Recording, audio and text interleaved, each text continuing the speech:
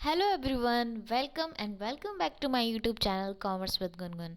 तो आज हम मैक्रो इकोनॉमिक्स का चैप्टर नंबर 4 आय और रोजगार के निर्धारण को पढ़ने वाली हैं। तो लेट्स गेट स्टार्टेड। तो पहले इसमें टॉपिक आता है सेटेरिस पारिबस क्या होता है। तो जिसका शाब्दिक अर्थ होता है यदि अन्य बातें समान रहे, यानी जो व्यक्ति की आय है या कुछ उसकी पसंद है, अगर अन्य बातें समान रहती है तो उसमें कोई मांग में परिवर्तन आता है तो उसको हम सेटेरिस पारिबस कहते हैं। यह सैद्धांतिक मॉडल जॉन मेनार्ड किन्स द्वारा दिए गए सिद्धांत पर आधारित है। जॉन मेनार्ड किन्स की पुस्तक का नाम क्या है? The general theory of employment, interest and money 1936 में प्रकाशित हुई थी। समग्र मांग तथा इसके अव्यय क्या है? समग्र मांग क्या होती है? वस्तुओं और सेवाओं का जो कुल जो मांग व्यक्तियों द्वारा की जाती है उसको हम समग्र मांग कहते हैं। इसके अव्यय कौन कौन से हैं? Components of aggregate demand. पहला है हमारा कंजप्शन उपभोग व्यय, दूसरा इन्वेस्टमेंट निवेश व्यय, तीसरा गवर्नमेंट सरकारी व्यय, और चौथा है हमारा एक्स माइनस यानी एक्सपोर्ट माइनस इंपोर्ट यानी शुद्ध निर्यात नेट एक्सपोर्ट। ये हमारे चार अव्यय हो गए, जिसमें पहला अव्यय है कंजप्शन। तो कंजप्शन क्या होता है? उपभोग मांग का सबसे महत्वपूर्ण निर्धारण घरेलू आय है। ये हमारा निर्धारण घरेलू आय है। उपभोग फलन क्या है? एक उपभोग फलन आय तथा उपभोग में संबंध की व्याख्या करता है, यानी कि आय और उपभोग में जो संबंध बताता है उसको हम उपभोग फलन कहते हैं। आय में परिवर्तन होने के साथ साथ उपभोग में स्थिर दर से परिवर्तन होता है। यहाँ पर ये टॉपिक आ जाता है कि यदि निसंदेह है, यदि आप शून्य भी हो यानी आय शून्य भी हो तो भी कुछ उपभोग तो होगी ही, यानी कि जब हमारी जो इनकम है वो जीरो भी होती है तो हम कुछ ना कुछ उपभोग तो करते ही हैं। यानी कि मान लो कि हमारे पास बिल्कुल भी इनकम नहीं है लेकिन हम कुछ तो खाना खाएंगे ही, कुछ तो उपभोग करेंगे ही, क्योंकि उपभोग की यह मात्रा आय से स्वतंत्र है। इसलिए हम इसे क्या कहते हैं? स्वतंत्र उपभोग कहा जाता है। स्वतंत्र उपभोग को इस तरीके से लिखते हैं, सी ऊपर कर देते हैं ऐसे डैश। तो उपभोग फलन क्या है? फॉर्मूला उपभोग फलन सी बराबर C dash plus C Y. ये सी वाई क्या है? हमारा प्रेरित उपभोग जो कि आय से प्रभावित होता है, यानी आय बढ़ने पर बढ़ता है उपभोग और आय घटने पर घटता है। नेक्स्ट आता है इन्वेस्टमेंट, निवेश। तो इससे अभिप्राय निजी निवेशकर्ताओं द्वारा पूंजीगत वस्तुओं पर किए जाने वाले वैसे है जिससे उनके पूंजी से स्टॉक में वृद्धि होती है, यानी कि जो वस्तुएं उनके द्वारा पूंजीगत वस्तुएं खरीदी जाती है तो उसे निवेश कह देते हैं। निवेश भी दो प्रकार के होते हैं, निवेश व आय स्वायत्त निवेश जिसे हम इस तरीके से दिखाते हैं, और प्रेरित निवेश जो कि हम इस तरीके से दिखाते हैं। स्वायत्त निवेश क्या होता है? ये निवेश आय पर निर्भर नहीं करता है, यानी कि आय नहीं हो तो भी हम ये निवेश करेंगे तो ये स्वायत्त निवेश है। प्रेरित निवेश जो कि आय पर निर्भर करता है, यानी कि आय बढ़ने के साथ निवेश भी बढ़ता है और आय घटने के साथ निवेश भी घटता है। नेक्स्ट आता है हमारा, ये हमारे यहाँ पे ग्राफ बनाए हुए हैं। स्वायत्त निवेश का ग्राफ कैसे है? सीधी रेखा होती है, क्योंकि ये आय पर निर्भर नहीं करता तो ये स्थिर रहता है। ये हमारा इस तरीके से दिखाएंगे। प्रेरित निवेश आय बढ़ने के साथ निवेश भी बढ़ता है तो ये ऊंचे की तरफ दिखाया जाता है। नेक्स्ट आता है प्रत्याशित निवेश। तो निवेश को प्रत्याशित का मतलब हो गया प्लान, यानी कि हमने निवेश को प्लान किया है कि हमें कहाँ निवेश करना है। तो निवेश को भौतिक पूंजी स्टॉक में वृद्धि और उत्पादक की माल सूची में परिवर्तन के रूप में परिभाषित किया जाता है। प्रत्याशित निवेश की वह मात्रा होती है जिसे निवेश करने की योजना लोग बनाते हैं, यानी प्लान बनाते हैं। प्रत्याशित निवेश मांग को हम इस प्रकार लिख सकते हैं, आई बराबर आई डैश। इसका मतलब है यहाँ पे स्वायत्त निवेश, यानी कि हमने यहाँ पे निवेश की प्लानिंग की है।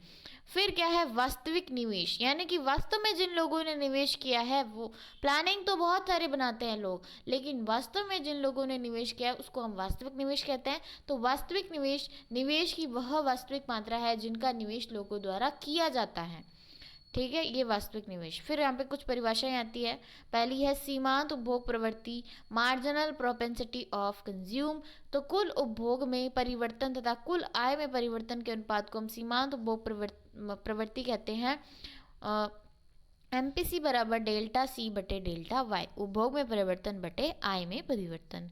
फिर आता है सीमांत बचत प्रवृत्ति, MPS marginal propensity to save. आय में होने वाले परिवर्तन के फलस्वरूप बचत में होने वाले परिवर्तन को सीमांत बचत प्रवृत्ति कहते हैं। एमपीएस बराबर डेल्टा एस बटे डेल्टा वाई, बचत में परिवर्तन बटे आय में परिवर्तन। फिर आता है औसत उपभोग प्रवृत्ति APC, average propensity to consume क्या है, कुल उपभोग तथा कुल आय के अनुपात को औसत उपभोग प्रवृत्ति हम कहते हैं एपीसी बराबर सी बटे वाई, यानी कुल कुल उपभोग बटे कुल आय। औसत बचत प्रवृत्ति एपीएस यानी एवरेज प्रोपेंसिटी टू सेव, कुल बचत तथा कुल आय के अनुपात को औसत बचत प्रवृत्ति कहते हैं एपीएस बराबर एस बटे वाई, यानी कि कुल बचत बटे कुल आय। फिर यहाँ पे संबंध पूछा जाता है कि एमपीसी तथा एमपीएस में संबंध क्या है। तो एमपीसी का जो मान आता है यानी कि मार्जिनल प्रोपेंसिटी टू कंज्यूम है, उसका अधिकतम मान क्या है, 1 होता है। एमपीसी का जो मान है वो 0 और 1 के बीच में होता है, यानी कि 1 से ज़्यादा उसका मान नहीं हो सकता ना, 0 से कम हो सकता है। फिर आता है उपभोग की सीमांत बचत प्रवृत्ति एमपीसी तथा बचत की सीमांत प्रवृत्ति यानी एमपीएस, दोनों का जो योग होता है वो 1 के बराबर होता है। अब यहाँ से हमारे बहुत सारे फॉर्मूले निकल कर आते हैं, जैसे कि एमपीसी प्लस एमपीएस बराबर 1 होता है, जैसे हमने यहाँ पे पढ़ा। अब इसको यहाँ पे हम अलट पलट करके भी फॉर्मूले बना सकते हैं। एमपीसी बराबर क्या हो गया 1 माइनस एमपीएस, और एमपीएस बराबर क्या हो गया 1 माइनस एमपीसी। तो ये हमारे यहाँ से 3 फॉर्मूले बनते हैं। फिर यहाँ पे आता है समग्र मांग एडी, एग्रीगेट डिमांड क्या होता है। तो जो देश के निवासियों द्वारा एक लेखा वर्ष अवधि में वस्तुओं और सेवाओं पर व्यय करने की योजना बनाई जाती है, उसे हम समग्र मांग एग्रीगेट डिमांड कहते हैं। एग्रीगेट डिमांड का फॉर्मूला है समग्र मांग बराबर सी प्लस आई, यानी कि कंजप्शन प्लस इन्वेस्टमेंट। नेक्स्ट आता है समग्र पूर्ति, एग्रीगेट सप्लाई क्या होती है। तो समग्र पूर्ति से अभिप्राय उस समग्र उत्पादन से है जिनके उत्पादन के लिए उत्पादक एक लेखा वर्ष में योजना बनाते हैं, यानी कि y बराबर क्या है एस बराबर क्या है हमारी सी प्लस एस, यानी कि कंजप्शन प्लस सेविंग है, यानी कि जो हमें कंज्यूम किया है वो और जो हमने बचा के रखा है वो, और जो हमारी जो एग्रीगेट सप्लाई होती है वो हमारी आय के बराबर होती है, यानी कि जो हमारी वाई है राष्ट्रीय आय के बराबर होती है। यहाँ पे समग्र पूर्ति बराबर राष्ट्रीय आय यहाँ पे दिखाया गया है, यानी कि एएस एग्रीगेट सप्लाई में किसके बराबर होती है, राष्ट्रीय आय के बराबर होती है। फिर नेक्स्ट आता है बचत, सेविंग क्या है। तो बचते आय का वह भाग है जो उपभोग नहीं किया जाता है, यानी कि जिसका हम उपभोग नहीं करते हैं वो बचा कर रखते हैं। तो एस बराबर क्या है वाई माइनस सी, यानी आय में से हम उपभोग को घटा देते हैं, तो जो हमारे पास बचेगा वो हमारी क्या हो जाएगी, सेविंग हो जाएगी। फिर आता है 2 सेक्टर मॉडल में आय का निर्धारण कैसे करते हैं। तो सरकार रहित अर्थव्यवस्था में अंतिम वस्तु की प्रत्याशित मांग एडी, ऐसी वस्तुओं पर किए गए कुल प्रत्याशित उपभोग व्यय सी और प्रत्याशित निवेश व्यय आय का योग होती है, यानी एडी क्या होती है हमारी सी प्लस आय, उपभोग प्लस निवेश का योग होती है। इसको हम हमारी बुक में ये फॉर्मूला दिया गया है, इसको हम ऐसे लिखते हैं एडी बराबर C dash plus I dash plus C Y. तो सी डैश और जो हमारा सी वाई है वो हमने उपभोग फलन में पढ़ा था कि सी हमारा क्या होता है सी बराबर C dash plus C Y, तो यहाँ पे सी भी लिख सकते हैं। फिर हमारा हमने ऊपर पढ़ा था कि जो हमारी एग्रीगेट डिमांड होती है वो हमारे आय यानी राष्ट्रीय आय के बराबर होती है, तो उसको हम यहाँ पे वाई लिख देंगे, एडी बराबर वाई होती है, तो C dash plus I dash plus C Y. फिर हमारी वाई लिख दी हमने, और ए जो हमने यहाँ पे बुक में दिया हुआ है कि ए डैश बराबर क्या होता है C dash plus I dash, तो ये C dash plus I dash की जगह हमने क्या लिख दिया ए डैश लिख दिया प्लस सी वाई को सी वाई लिख दिया। तो हमारा क्या फॉर्मूला बन गया वाई आएगा ए dash plus C Y C point Y, यानी प्रेरित उपभोग। ये हमारा क्या होता है ए डैश कुल स्वायत्त व्यय होता है, सी डैश प्राइस स्थिर रहता है यानी कि ये स्वायत्त निवेश स्वायत्त उपभोग होता है, आई डैश समय समय पर उतार चढ़ाव होते रहते हैं निवेश के अंदर। नेक्स्ट आता है माल सूची क्या होती है। तो माल सूची में परिवर्तन को माल सूची निवेश कहते हैं और यह ऋणात्मक या धनात्मक हो सकता है। फिर यहाँ पे समग्र मांग वक्र यहाँ पे कर्व दिखाया गया है कैसे बनाते हैं। तो यहाँ पर वाई एक्स पर हम आय को दिखाते हैं और एक्स अक्ष पर हम समग्र मांग को दिखाते हैं, और जो ये हमारा ओ से एम तक का पॉइंट है ये हमारा स्वायत्त उपभोग है, यानी कि जब हमारी आय नहीं होगी शून्य होगी तब भी हम क्या करेंगे उपभोग करेंगे, तो ये स्वायत्त आय को स्वायत्त उपभोग को दिखाता है। फिर हमारा क्या है यहाँ से निवेश स्टार्ट होता है जो कि एक स्वतंत्र निवेश है, स्वायत्त निवेश है यानी कि ऑटोनोमस इन्वेस्टमेंट है, तो ये हमारा आई डैश ये हमारी हो गई इन्वेस्टमेंट। और फिर हम जब कंजप्शन और इन्वेस्ट को मिलाते हैं तो ये हमारी क्या बनती है एग्रीगेट डिमांड बनती है जो कि C dash plus I dash होती है, तो ये हमारा है कंजप्शन जो कि है C dash plus C Y, और ये हमारा aggregate demand C dash plus I dash plus C Y, ये हमारा एग्रीगेट डिमांड का फॉर्मूला है, ये हमारा कर्व हो गया। फिर आता है समग्र पूर्ति वक्र। वाई एक्स पर हम आई को दिखाते हैं और एक्स एक्स पर हम समग्र पूर्ति को दिखाते हैं, और ई एस जो होता है वो हमारी राष्ट्रीय आय के बराबर होता है। इनकी एग्रीगेट सप्लाई किसके बराबर होती है, वाई राष्ट्रीय आय के बराबर होती है। और इस पर क्या होता है, हमारे ए डी बराबर ई एस, यानी कि समग्र पूर्ति और समग्र मांग क्या होती है, बराबर होती है। फिर आता है प्रभावी मांग क्या होता है। तो प्रभावी मांग अथवा प्रभावपूर्ण मांग कुल मांग का वह स्तर होता है जहां पर कुल पूर्ति और कुल मांग के बराबर होती है, यानी एडी बराबर ई एस, यानी कि एग्रीगेट डिमांड हमारी किसके बराबर होती है, सप्लाई के बराबर होती है, तो उसे हम कहते हैं प्रभावी मांग। यहाँ पे आपको कर्व भी बनाकर दिखाया गया है कि y अक्ष पर आई को दिखाएंगे और x अक्ष पर हम किसको दिखाएंगे, एग्रीगेट डिमांड और एग्रीगेट सप्लाई को। ये हमारा है सप्लाई का, एग्रीगेट सप्लाई का कर्व, और ये है हमारा एग्रीगेट डिमांड का कर्व। अब जहां पर ये दोनों काटती है वहां पर क्या होगा, संतुलन होगा, यानी कि एग्रीगेट डिमांड बराबर क्या होगी, एग्रीगेट सप्लाई होगी। यहाँ की यानी यहाँ पर ना तो मंदी होगी और ना ही महंगाई होगी।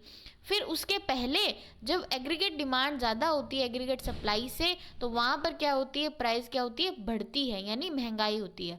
और जब इस बिंदु के बाद में हम देखते हैं तो एग्रीगेट सप्लाई ज़्यादा होती है एग्रीगेट डिमांड से, यानी कि सप्लाई ज़्यादा हो रही है और डिमांड कम है, तो वहाँ पर प्राइस गिर जाती है, यानी कि यहाँ पर मंदी है।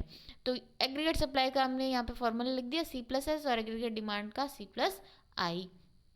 यहाँ पर हमारा क्या हो रहा है, आय का संतुलन हो रहा है। प्रत्याशित समस्त मांग प्रत्याशित समस्त पूर्ति के बराबर है, यानी कि यहाँ पर क्या होगा, साम्य होगा। यहाँ पे फॉर्मूला भी लिखा है, प्रत्याशित समस्त मांग बराबर है किसके, प्रत्याशित समस्त पूर्ति के, यानी एडी बराबर ई एस। समग्र मांग में परिवर्तन का आय तथा उत्पादन का क्या प्रभाव पड़ता है, उपभोग में परिवर्तन और निवेश में परिवर्तन, यानी एडी बराबर क्या है, हमारी सी प्लस आई है, एडी बराबर वाई है, तो वाई बराबर हम सी प्लस आई लिख सकते हैं, यानी आई बराबर क्या हो जाएगी, हमारी कंजप्शन प्लस इन्वेस्टमेंट लिख सकते हैं। फिर आता है निवेश गुणक, जो कि हमारा मोस्ट इंपॉर्टेंट है। निवेश में वृद्धि के फलस्वरूप राष्ट्रीय आय में वृद्धि के अनुपात के गुणक को हम निवेश कहते हैं, और गुणक का सूत्र क्या है, निर्गत गुणक बराबर डेल्टा वाई बटे डेल्टा ई डैश। और इसको हम तीन तरीकों से लिख सकते हैं, पहला ये था, दूसरा क्या है, 1/1 माइनस सी, और तीसरा है 1/s।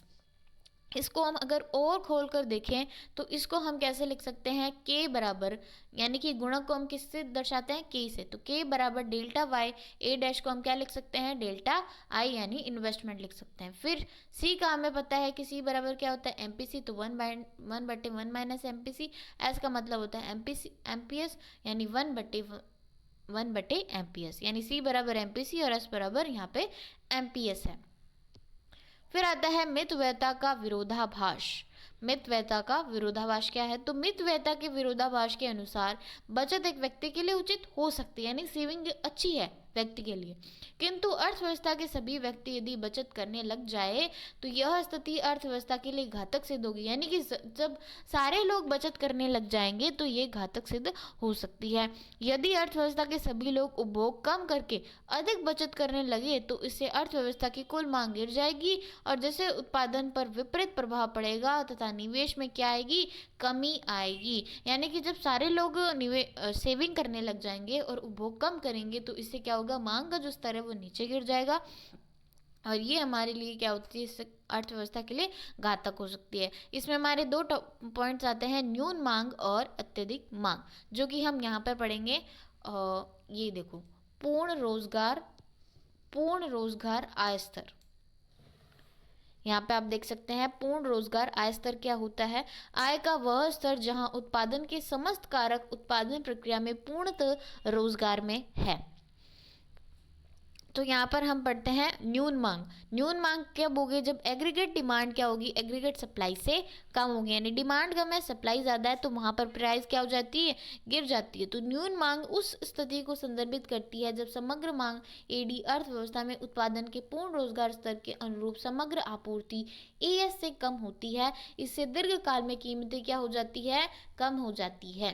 फिर हमारा आता है दूसरा, अत्यधिक मांग यानी एग्रीगेट सप्लाई ज़्यादा है एग्रीगेट डिमांड ज़्यादा है एग्रीगेट सप्लाई से, यानी डिमांड ज़्यादा है सप्लाई कम है तो उस समय क्या होगी, कीमतें बढ़ जाती है। अत्यधिक मांग उस स्थिति को संदर्भित करती है जब समग्र मांग एडी अर्थव्यवस्था में उत्पादन के पूर्ण रोजगार के स्तर के अनुरूप समग्र आपूर्ति ईएससी अधिक होती है। इसे दीर्घकाल में कीमतें क्या हो जाती है, बढ़ जाती है, यानी कि प्राइस बढ़ जाती है। तो ये टॉपिक मैंने यहाँ पे स्ट्रिक्ट नोट से चिपकाया था क्योंकि ये मैं भूल गई थी लिखना, तो यहाँ पे आपको ये क्लियर हो जाएगा कि ये भी इम्पोर्टेंट है। तो ये था हमारा मैक्रो का चैप्टर नंबर 4 का one shot revision. I hope आपके इसके सारे टॉपिक रिवाइज हो गए होंगे और आपको सारे टॉपिक समझ आ गए होंगे। तो आपको ये जो पीडीएफ की लिंक है वो आपको डिस्क्रिप्शन बॉक्स में मिल जाएगी, और इससे पहले वाले जो माइक्रो इकोनॉमिक्स के चैप्टर है और जो मैक्रो इकोनॉमिक्स के चैप्टर पहले हो चुके हैं वन शॉट रिवीजन, वो भी उस चैप्टर की लिंक भी आपको डिस्क्रिप्शन बॉक्स में मिल जाएगी, तो वहाँ पे आप जाके चेकआउट कर सकते हैं। और कमेंट बॉक्स में कमेंट करके ज़रूर बताइएगा कि आपको ये लेक्चर कैसा लगा, और कोई आपकी क्वेरी है या डाउट्स है बोर्ड्स को रिलेटेड तो आप कमेंट बॉक्स में कमेंट करके ज़रूर बता सकते हैं। मैं आपके कमेंट्स को रिप्लाई करने की कोशिश करूँगी। तो मिलते हैं अगले लेक्चर्स में, तब तक के लिए धन्यवाद।